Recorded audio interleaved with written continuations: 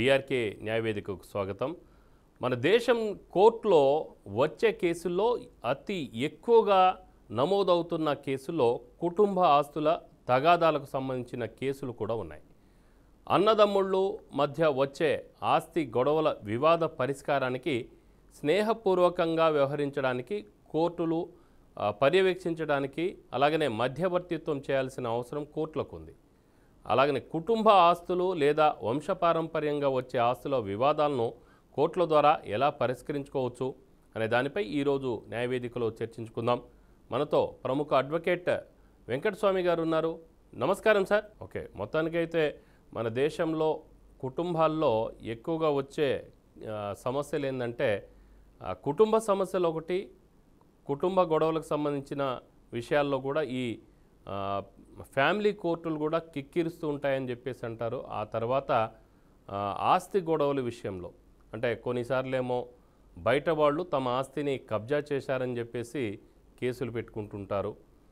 ఈ కేసులకు ఎత్తుకు పై ఎత్తు వేస్తూ డబ్బున్నవాడదే న్యాయం అన్నట్టుగా కూడా జరుగుతుంది. కానీ అది చివరికి అల్టిమేట్ గోల్ ఏదైతే ఉంటుందో కోర్టులో మాత్రము అది న్యాయం ముందు గెలిచే అవకాశం కనబడదు. సో కొన్నిసార్లు కుయుక్తిగా వ్యవహరించే అవకాశం ఉంటుంది. అలాగనే కుటుంబ మధ్య అంటే తాతల ఆస్తి కానీ వంశపారంపర్యంగా వచ్చే ఆస్తులు కానీ ఈ ఆస్తుల విషయంలో కూడా కొంత జగడం అనేది ఏర్పాటు అవుతూ ఉంటుంది. బాబాయిలు, తాతయ్యలు, నానమ్మలు, అలాగనే ఇటువైపు కొడుకులు, కూతుర్లు, మనవళ్ళు, మనవరాండ్లు, అలాగనే వివాహం చేసుకోకుండా ఇంట్లోనే ఉండిపోయిన కూతుర్లు కూడా మరి ఆస్తి హక్కు కలిగి ఉంటారు. సో ఇలాంటి వాటి విషయంలో ఎలా చర్చించుకోవాలి ఏంటనేది ఈరోజు మనం న్యాయవేదికలో చర్చించుకుందాం. అడ్వకేట్ వెంకటస్వామి గారు ఉన్నారు, వారికి స్వాగతం పలుకుదాం. నమస్కారం సార్. నమస్తే. నమస్తే అండి సార్. సార్, ఇప్పుడు సహజంగా కుటుంబంలో అన్నా తమ్ముళ్ళు, తాత మనవళ్ళు, కొడుకు తండ్రి, కూతుర్లు వీళ్ళంతా ఉంటారు కదా, ఈవెన్ మనవరాళ్ళు కూడా. సో కుటుంబ ఆస్తుల పంపకాల్లో ఒకవేళ తేడాలు వస్తే ముందుగా తీసుకోవాల్సిన చర్యలేంటి? చూడండి, ముందు మనం ఏ వివాదాన్ని అయినా సామరస్యంగా పరిష్కరించడం కోసం అది ప్రధానమైన కర్తవ్యంగా ఉండాలి.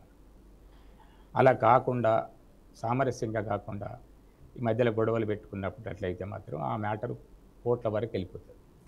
కోర్టులు చట్టాల ప్రకారం ఆ ఆస్తిని అంటే వాళ్ళ దగ్గర ఉన్న ఆస్తిని అలాగే ఆన్సెస్ట్రల్ ప్రాపర్టీసే కావచ్చు, లేకపోతే సెల్ఫ్ ఎక్వైర్డ్ ప్రాపర్టీస్ కావచ్చు, ఏదైనప్పటికీ కుటుంబ సభ్యుల మధ్య కనుక గొడవలు వచ్చేస్తే ఆ ఆస్తిని కోర్టులు చట్టాల ప్రకారం వాళ్ళ ఎవరి వాటా వాళ్ళకి ఎంత వస్తుందని చెప్పేసి పంచి ఇవ్వడం జరుగుతుంది.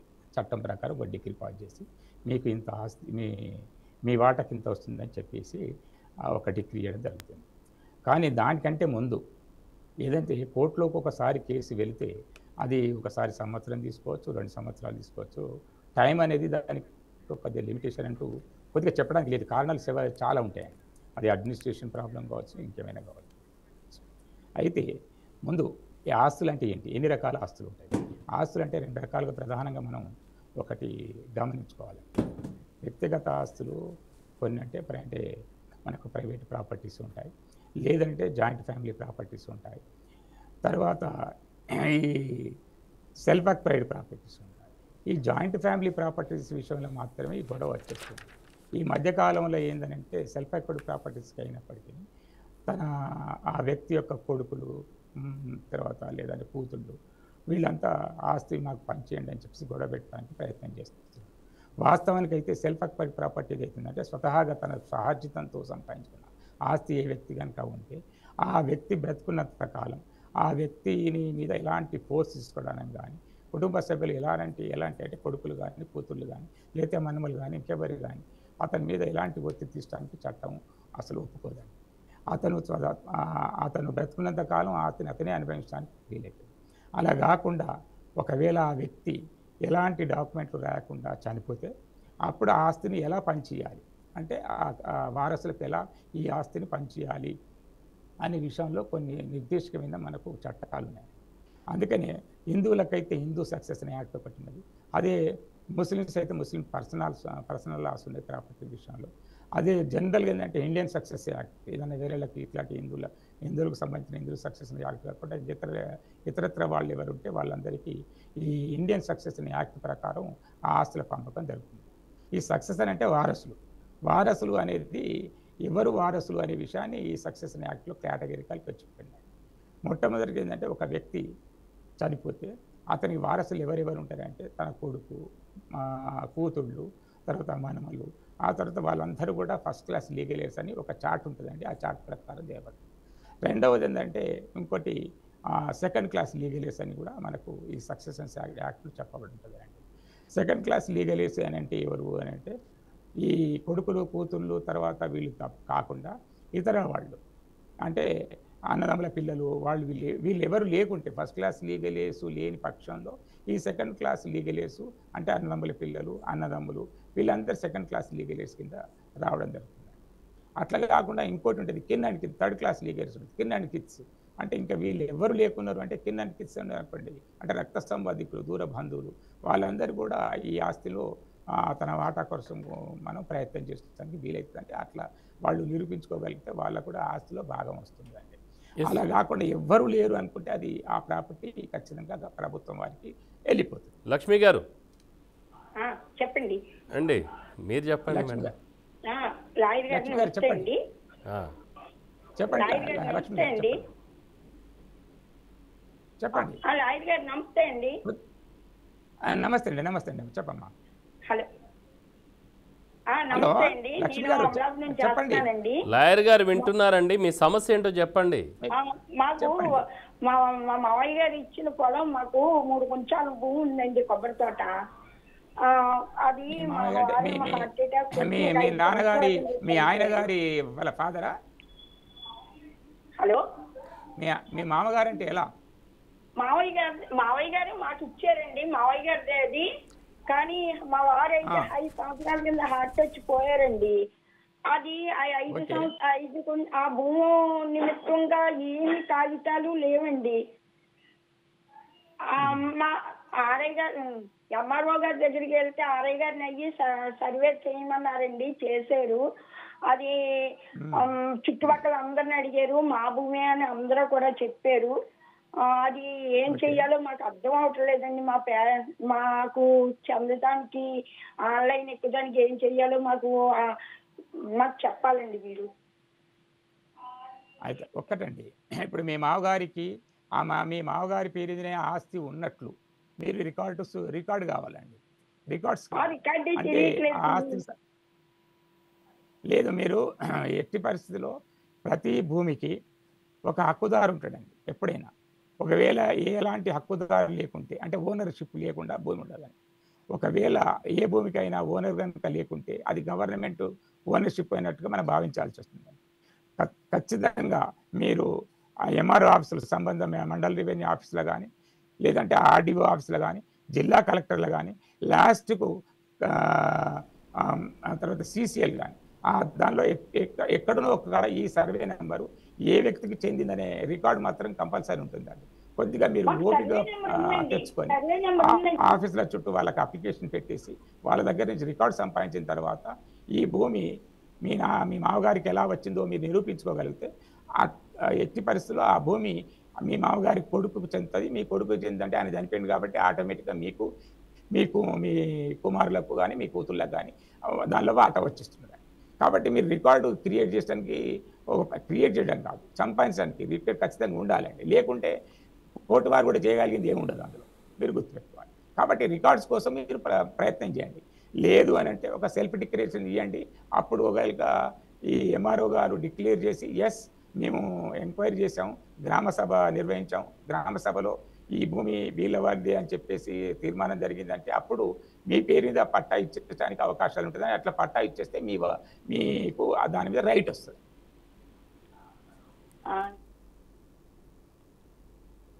రైట్ అండి. లక్ష్మి గారు ఆ పని చేసి పెట్టండి. Okay okay sir. ఇంకా మరో కాలర్ ఉన్నారు. ఓకే సార్ కాల్ కట్ అయిపోయింది.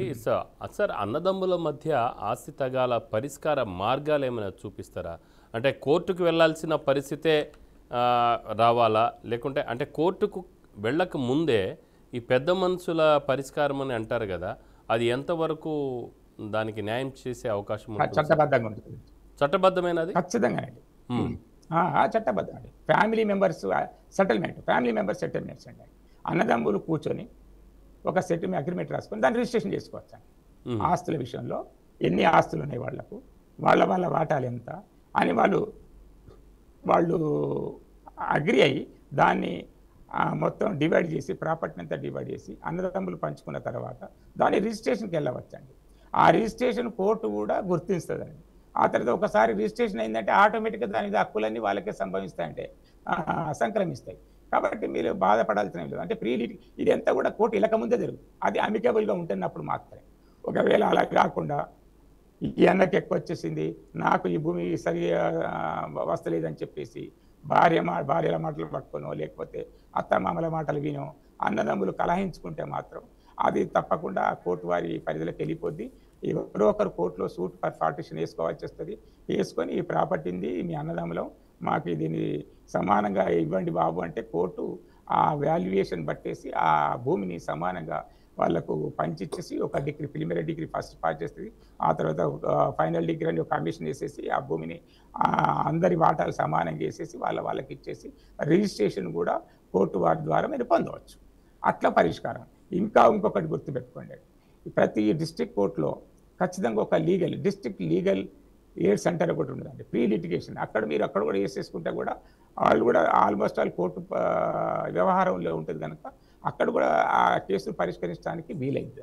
అంటే ఫస్ట్ తగాదాలు తీసుకునే కోసం ఫ్యామిలీ సెటిల్మెంట్ చాలా ప్రయారిటీ ఇవ్వాలండి. ఫ్యామిలీ సెటిల్మెంట్ కాకుంటుంటే ఒకవేళ మీరు ప్రీ లిటిగేషన్ అనేది ఒకటి ఉంటుంది. ఎవరో ఒకరు అన్నదమ్ములు పోయి ప్రీ లిటిగేషన్ వేస్తే మిగతా అన్నదమ్ములకు సమ్మన్స్ పంపించేసి ఆ pre litigation legal cell authorities వారు పరిష్కారం కోసం ప్రయత్నం చేస్తారు. అక్కడ కూడా వాళ్ళు గొడవ పడితే మాత్రం కోర్టు వాళ్ళు కోర్టు సూట్ ఫర్ పార్టిషన్ వేసేసుకొని ఒకవేళ హిందువులు అయితే హిందూ సక్సెషన్ యాక్ట్ ప్రకారం, లేదా ముస్లిమ్స్ అయితే ముస్లిం పర్సనల్ లా ప్రకారం, లేదేంటంటే ఇంకా ఇండియన్ వాళ్ళ వేరేనైతే ఇండియన్ సక్సెషన్ యాక్ట్ ప్రకారం ఆ చట్టం యొక్క పరిధి వాళ్ళు ఏ మతానికి సంబంధించిన వాళ్ళైతే దాని ప్రకారం వాళ్ళకి ఏం హక్కులు రావాలో, ఎవరెవరికి ఎంత చెందాలనో ఆ వాటాల ప్రకారం వాళ్ళకు వస్తుందండి. ఓకే సార్, మరో కాలర్ ఉన్నారు, రంగారావు గారు ఖమ్మం నుంచి. రంగారావు గారు చెప్పండి సార్.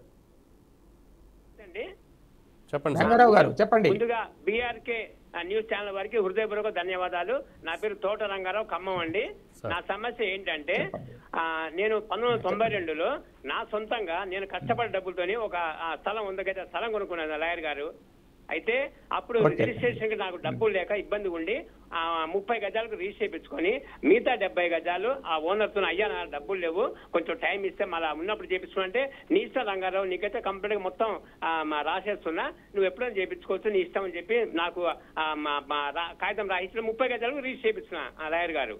అయితే తర్వాత ఒక 4 సంవత్సరాల తర్వాత నాకు కొంచెం డబ్బులు చేతిలో ఉన్నాక నేను పోయి ఆయన సంప్రదిస్తే ఆ ఓనర్ని, అదే మొన్న మీరు పోయిన సంవత్సరం మీ అన్నయ్య వచ్చి రిజిస్టర్ చేయించుకున్నాడు అన్నాడు. అదే మా అన్నయ్యకు రిజిస్టర్ చేయడం ఏంటంటే ఏమన్నా అదరికి వచ్చేసి ఇట్లా మా అన్నదం అంతా మేము అంతా ఒకటేనండి, మా తమ్ముడు హైదరాబాద్ సెట్ అయిపోయాడు, ఖమ్మంలో లేడు అంటే చేసి రంగారావు మీరంతా ఒకటే అనుకున్న రంగారావు అంటే అట్లా మా సేట్ గారు నేను చాలా ఇబ్బంది పడుకుంటే ఏదో రూపాయి దమ చేసుకున్నా అంటే లేదని చెప్పి మిగతా 70 గజాలు మా అన్నయ్య రిజిస్టర్ చేయించుకున్నాడు. నేను అతని మీద మరి కేసు పెట్టినా, మరి ఇప్పుడు ఈ ఓనర్ మీద కూడా కేసు పెట్టాలన్నా దయచేసి మీ అమూల్యమైన సలహా ఇవ్వని కోరుతున్నాను. తప్పకుండానండి, ఎందుకంటే అసలు మీకు ఫస్ట్ అగ్రిమెంట్ ఉన్నది. అగ్రిమెంట్ ఉందా? ఉన్నదండి. ఫస్ట్ రంగారావు గారు మీకు స్టార్టింగ్ లో 100 గజాలకు అగ్రిమెంట్ ఉందా? ఉన్నదండి. 100 గజాలకు అగ్రిమెంట్ ఉండి దానిలో ఒక 30 గజాలు రిజిస్ట్రేషన్ చేసుకున్నారు, మిగతా 70 గజాలకు రిజిస్ట్రేషన్ కాలేదు. కారణాలు ఏదైనా కావచ్చు. కాబట్టి మీరేం చేయాలంటే దానిలో టైం కూడా ఏం ఫిక్స్ చేయాలి. అతను మీరు ఎప్పుడు డబ్బులన్నీ ముట్టేసినాయి అతనికి, మీరు ఎప్పుడు పిలిస్తే వాళ్ళు అప్పుడు వచ్చేసి మీ పేరుని అది రిజిస్ట్రేషన్ చేయాలి. అవును కదా రంగారావు గారు, వింటున్నారా? అయితే ఇప్పుడు దీనికి మీరేంటంటే ఆల్రెడీ కోర్టులో ఫైల్ చేసి ఉన్నారు కేసు. చేస్తుంటే చేస్తే ఈ ఎవరైతే ఓనర్ ఉన్నారో ఆ ఓనర్ని కూడా మీరు పార్టీ చేయాలి. ఆ తర్వాత మీ అన్నను కూడా పార్టీ చేసి అసలు మీరు suit for specific performance agreement of contract అని ఒకటి వేసేయాలండి. వేసేసి మీ అన్నకు ఏదైతే రిజిస్ట్రేషన్ చేశారో అది క్యాన్సలేషన్ కూడా ఆ రిలీఫ్ కోరాలి మీరు. ఓకే, ఇద్దరి మీద కేసు వేయాలండి. ఆ ఓనర్ మీద, మీ అన్నయ్య మీద కూడా మీ ఇద్దరు చెప్పండి. మరో కాలర్ ఉన్నారు సార్, వెంకటయ్య కోదాడ నుంచి. వెంకటయ్య గారు నమస్కారం, చెప్పండి సార్. సార్ ఇప్పుడు మా ఫాదరు 1954లో ఎక్వాల్ డిగ్రీ ద్వారా కాసరా పాండి చేయించుకోండి 20 ఎకరాలు మా మెట్ట భూమి. సార్ మెట్ట భూమి చెప్పండి వెంకటయ్య గారు. అయితే 40 years కంటిన్యూ ఆయనే రన్నింగ్ పానీలో ఆయనే ఉన్నాడు, పట్టవేరకాలలో ఆయనే ఉన్నాడు. అయితే ఆయన మధ్య మరణించిండు. అయితే మాకు చెప్పలేదు ఆయన, నాకు అక్కడ భూమి సంగతి ఉన్నదని నాకు చెప్పలేదు. నేను ఒక్కనే కొడుకుని.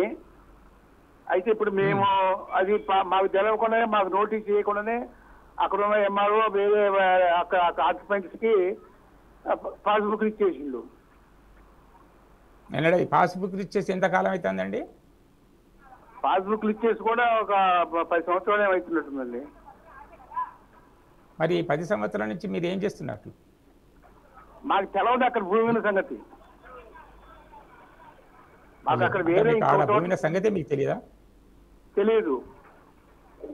మీరు ఒక పని చేయండి, ఇప్పటికైనా పర్వాలేదు, ఎప్పుడైతే మీకు తెలిసిందో సార్ వెంకటయ్య గారు, మీకు ఎప్పుడైతే తెలిసిందో వెంటనే మీరు ఆ సంబంధిత తహసీల్దార్కి అప్లికేషన్ పెట్టండి. అయ్యా, ఈ భూమి మా నాన్నదా, మీ నాన్నగారిదా లేదా మీ తాతగారిదా? వెంకటయ్య గారు సార్ చెప్పండి. సార్ చెప్పండి. ఒకవేళ అది మీ నాన్నదైనా మీ తాతగారిదైనా, ఆ భూమి మీ నాన్నదైనా మీ తాతగారిదైనా ఏదైనా ఎంఆర్ఓకి అప్లికేషన్ పెట్టండి.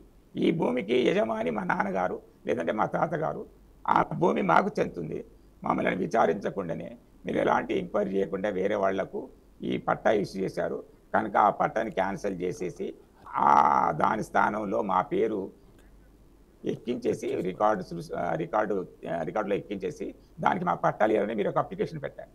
ఆ అప్లికేషన్ ఒకవేళ వాళ్ళు రిజెక్ట్ చేస్తే అప్పుడు మన హైకోర్టులో ఒక రిట్ వేద్దాం. ఓకేనా? ఓకే, రిట్ వేసేసి ఆ తహసీల్దార్ను ఛాలెంజ్ చేయొచ్చు. ఓకే, వెంకటయ్య గారిది నంబర్ కూడా, ఫోన్ నెంబర్ కూడా తీసుకోండి, వారికి మనం అడ్వైస్ చేయడానికి ప్రయత్నం చేద్దాము. హరి కడప నుంచి మరో కాలర్ ఉన్నారు సార్. హరి చెప్పండి, మీ సమస్య వెంటనే చెప్పండి. చెప్పండి సార్. మా నాన్నమ్మది ఒక చోట 2 ఎకరాల 2 సెంట్లు ఉంది సార్, మెట్ట భూమి. అది ఎక్కడండి? Chittoor district, Kadapa district border sir. వీళ్ళు కొడుకులు మీకు ఇస్తామంటామండి. ఎన్ని ఎకరాల ల్యాండ్? ఒక చోట 2 ఎకరాల 2 సెంట్లు సార్. ఒక చోట 2 ఎకరాల 2 సెంట్లు, ఒక చోట వచ్చేసి 1.25 ఎకరా సార్. ఇది దీంట్లో నువ్వు పుట్టినట్టే లేదు, డేట్ లేదు. అంటే మా నాన్నగారు 5 మంది సార్. మా నాన్నగారు ఎవరు లేరు, చనిపోయినారు. ఒక ఆయన ఉన్నాడు, మా చిన్నాయన గారు 2 ఉన్నారు. మా చిన్నాయనకు లాస్ట్ ఆయన కొడుకు అంతా ఆయన రిజిస్టర్ చేసుకొని పెట్టుకొని ఉన్నారు సార్. నేను అడిగితే నువ్వు పుట్టింటే లేదన్నా, నువ్వు నాతో మాట్లాడాల్సిన పని ఎవరు చెప్పుకో, ఎవరు మాట్లాడుకో. రైట్ హరి గారు, ఈరోజు మనకి టైం లేకపోవడం వల్ల మీకు లాయర్ గారు ఆన్సర్ ఇవ్వలేకపోతున్నారు. సో రేపటి దినం తప్పనిసరిగా న్యాయవేదికలో మీరు మరొకసారి సంప్రదించండి, తప్పనిసరిగా మీకు న్యాయ సలహా అందించడానికి ప్రయత్నం చేద్దాం. ఇది వచ్చినందుకు ధన్యవాదాలు లాయర్ గారు. ఇది ఇవాల్టి టాపిక్. మరో టాపిక్తో మళ్ళీ రేపు సాయంత్రం 5 గంటలకు కలుసుకుందాం. చూస్తూనే ఉండండి BRK న్యూస్, తెలుగోడి సత్తా.